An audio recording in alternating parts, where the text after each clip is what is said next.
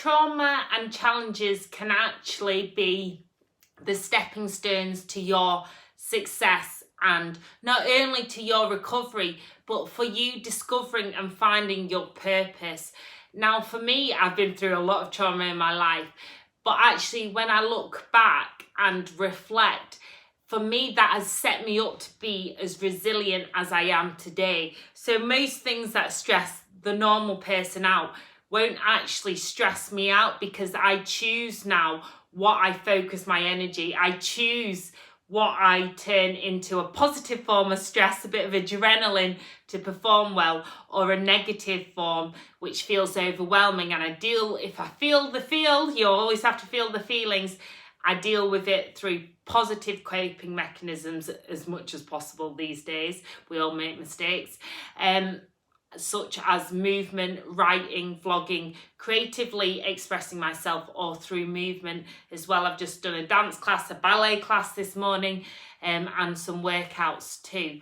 For me, I actually look back and I see certain parts of my life which were so challenging. At the time, I was like, why me, why me? And I felt like it was the end of the world, and that how could I ever show my face again? Or how could I ever recover? And actually those moments have been my turning points in my life, which made me not only more resilient, but stronger than ever. And it helped me find my purpose faster. I actually say that I'm grateful. They were like God's biggest gifts, as the saying goes, comes in our biggest challenges sometimes. And whilst you might not be of faith, which I never was as a child, so I would be like looking at me right now and go, what the? But I actually see those challenges as a way of helping me discover my purpose, which is to share my perfectly imperfect story. As you know me, someone who's experienced a lot of abuse in the past, racism, sexism, awful physical abuse, mental abuse, torture, whatever. I've gone through a lot of different things, but actually those big headlines in my life weren't the hardest things to get over. It's all the little things. It's the tiny little things that have knocked me because of those big traumas. And whilst I'm still recovering from trauma, I'll never say I'm recovered, because again, that's putting too much pressure on yourself.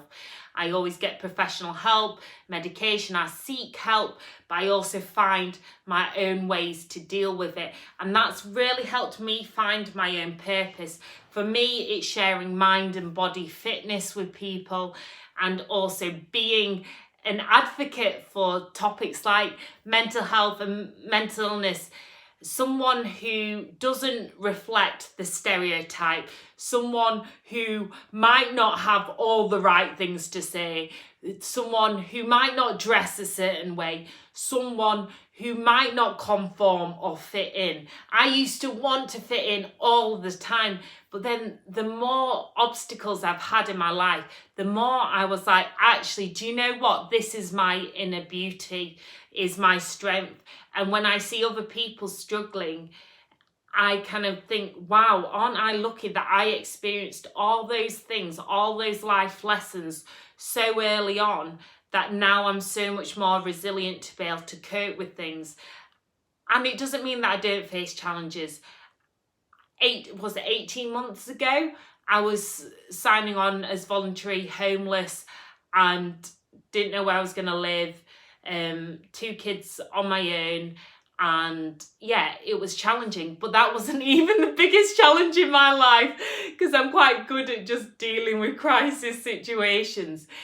But honestly, when we feel that shame, that's what's holding us back, is the shame.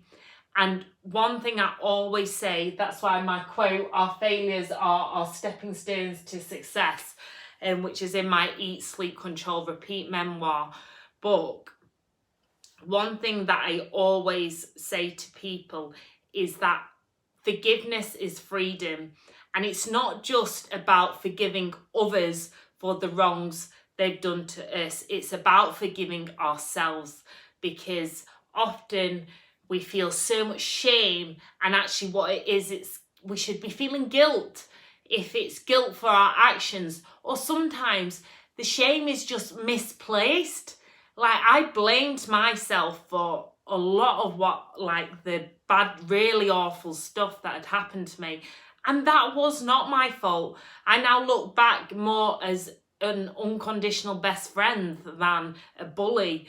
And in the past, I always looked at myself as a bully would, going, well, why did you behave like that? Why did you do that?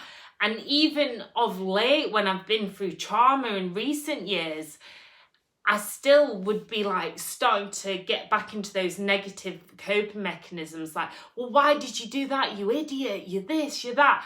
And actually, by working on myself, the ultimate self-care is to give yourself grace, to give yourself time to reflect. There's always situations we can learn from. Even the smallest of challenges comes a new lesson. Even the biggest of challenges becomes a gift in itself, but it's how we deal with that. It's how we actually overcome and take on the responsibility to look after ourselves, because we are precious, we are fearfully and wonderfully made, and life is a gift. Each day, I know how many times I've not wanted to be here, how many times you can watch vlogs back, how many times that I literally tried to take my own life. I know how painful, how much shame you can feel, and often it's wrongly placed shame. I reflect, I have a lot of inner reflection, but I know that actually sometimes the world can be unkind and people can be unkind, and it's okay to feel angry and sad and have bad days and bad periods in our lives. But actually, what I want you to do is to free yourself from that shame, whether you've lost a job, you've lost finances, you've got an addiction, whatever it is that makes you feel that shame. You've got a colourful past. Do you know, haven't we all, if you all read his life stories? I've choose to publish mine, but you're probably not as crazy as me. We've all got a colourful past, and actually it's accepting that, and nobody is perfect. People can be imperfect, Instagrammable homes, and actually we're only seeing a snapshot shot. It's just a small wall with some nice details on. Or even if they are, even if they are in these perfect homes, they might not have the perfect relationship. They might not have different situations going on. And honestly, as I always say, comparison is the thief of joy. Like, use that energy that we compare each other and compare ourselves, most of all, to actually learn from others and use that envy, use that reflection time to actually do the things we're passionate about. And please, today, free yourself from that shame. Say, no, I am not going to be my bully. I'm not going to be the bully inside me. For me, it manifested in addictions and eating disorders and self-harm and all sorts of things.